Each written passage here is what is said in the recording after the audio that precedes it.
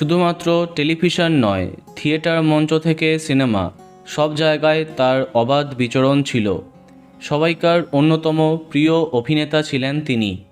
এদিন 69 বছর বয়সে না ফেরার দেশে পাড়ি দিলেন জনপ্রিয় টেলি অভিনেতা দিনিয়ার তীরন্দাজ।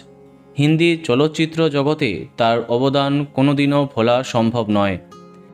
গতকাল না ফেরার দেশে পাড়ি দিলেন অভিনেতা। রেখে দিয়ে গেলেন তাকে ঘিরে অজস্র স্মৃতি। তবে ঠিক কী কারণে তার মৃত্যু হয়েছে তা এখনও জানা যায়নি। দুনিয়া সিনেমার মাধ্যমে তার ডেবিউ হয়েছিল। পরবর্তীকালে টেলিভিশনে ব্যোমকেশ বক্সী, নুক্কার প্রভৃতি একাধিক ধারাবাহিকে কাজ করেছেন তিনি। তার দীর্ঘ কেরিয়ারে হ্যালো ব্রাদার, আলবেলা, চলতে চলতে, मैंने प्यार क्यों किया প্রভৃতি জনপ্রিয় ছবি রয়েছে। টেলিপর্দায় তার শেষ কাজ ছিল 2017 সালে একটি গুজরাটি পারিবারিক ড্রামা হোয়াটসঅ্যাপ জিন্দেগি।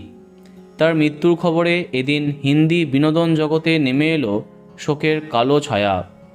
অভিনেতা দিনিয়ার তীরন্দাজের মৃত্যুর খবর সামনে আসতেই শোক জ্ঞাপন করেছেন অভিনেতা সুরেশ মেনন এবং চিত্রাঙ্গদা সিং।